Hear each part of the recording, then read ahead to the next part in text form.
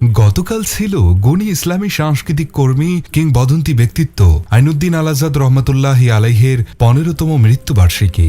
এ দিনটাকে কেন্দ্র করেই যেন হঠাৎ করে সোশ্যাল মিডিয়ায় শুরু হয়েছে নতুন করে কলরব নিয়ে মাঝে মাঝেই গুঞ্জন তৈরি হয়, কিন্তু এই গুঞ্জনের মধ্যেও কলরব পৌঁছে গিয়েছে অনেক দূর, কাজ করছে দীর্ঘদিন যাবৎ। যাই হোক, জাতীয় সাংস্কৃতিক সংগঠন কলরবের সাবেক শিল্পী হুমায়ুন কবির সাবিব তার ফেসবুকে একটি স্ট্যাটাস দেন।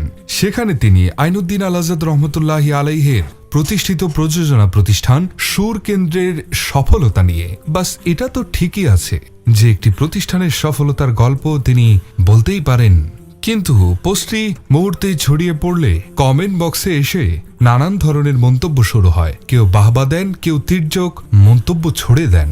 এর কিছুক্ষণ পরেই তিনি আরেকটি স্ট্যাটাস শেয়ার করেন, যে স্ট্যাটাসে তিনি উল্লেখ করেন, সময় এসেছে সঠিক ইতিহাস সবাইকে জানিয়ে দেওয়ার, নিজের অধিকার ফিরে পাবার। কেউ দুর্নীতি করে আঙ্গুল ফুলে কলা গাছ হয়ে মানুষকে সফলতার গল্প শোনাবে আর আমরা হব ভিলেন, এটা হতে পারে না। আপনারা পাশে থাকুন, সাথে থাকুন। এটার কমেন্ট বক্সে অনেকে এসে কমেন্ট করেন, কিছুদিন পরপর বিক্ষিপ্তভাবে এসব না করে যার যা বলার সব বলে ফেলুন, আর না হলে চুপ করে থাকুন। সুর কেন্দ্র প্রতিষ্ঠা হওয়ার পর নানা কারণে সেটি বন্ধ হলেও এরপর তৈরি হয় হলিটিউন আজ সফলতার চূড়ায় পৌঁছে গিয়েছে। একটি টিম ওয়ার্ক এই প্রতিষ্ঠানটি অনেকের পছন্দের নাম।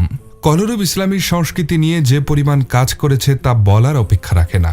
ইসলামী সঙ্গীত আজ ঘরে ঘরে পৌঁছে গেছে। এর পেছনে যেমন কলরব, তেমনই হলিটিউন এবং বর্তমান নেতৃত্ব সাইদ আহমদ বদরুজ্জামান সহ সকলের অবদান অনস্বীকার্য।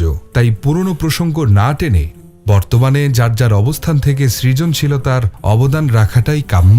আশা করি গুণী শিল্পী হুমায়ুন কবির সাবিব সহ সকল শিল্পীবৃন্দই বিষয়টিকে গুরুত্ব দিবেন।